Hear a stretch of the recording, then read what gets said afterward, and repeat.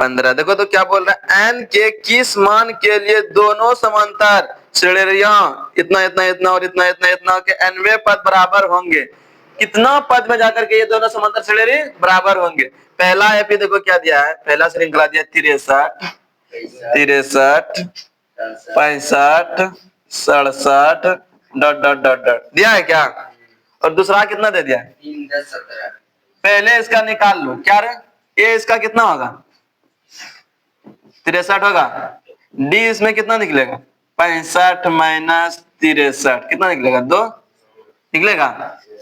चलो दूसरा एपी देखो क्या दिया है, इस तरफ लिख दे 3, 10, 3, 10, 17 डॉट डॉट डॉट दिया है ना।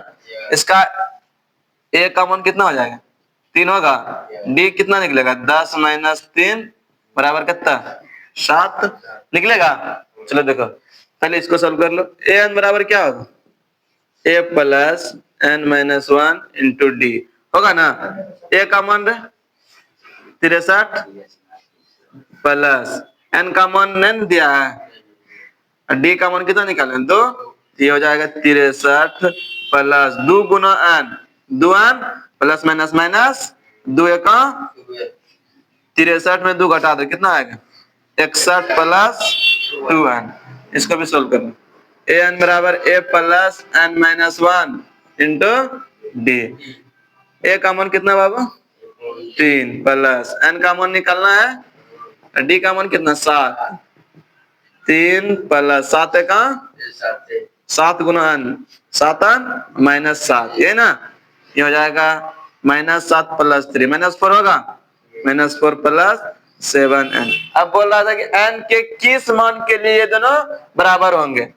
इसका मान लो समीकरण 1, इसका मान लो समीकरण 2, कर दो समीकरण 1 और समीकरण 2 को बराबर करने पर समीकरण 1 और क्योंकि दोनों का LHS बराबर है क्या, और जिसका LHS बराबर हो जाता है उसका RHS भी बराबर होता है, इसलिए समीकरण 1 और समीकरण 2 को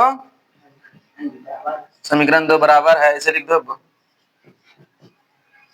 बराबर है, क्योंकि इसका LHS बराबर है रे, इधर दिख रहा है क्या, देखो 61 प्लस 2n बराबर कितना -4 प्लस 7n। इसको इधर भेज दो उसको उधर कर दो, 61 प्लस इधर माइनस में इस तरफ आएगा तो प्लस इधर 7n माइनस 2n।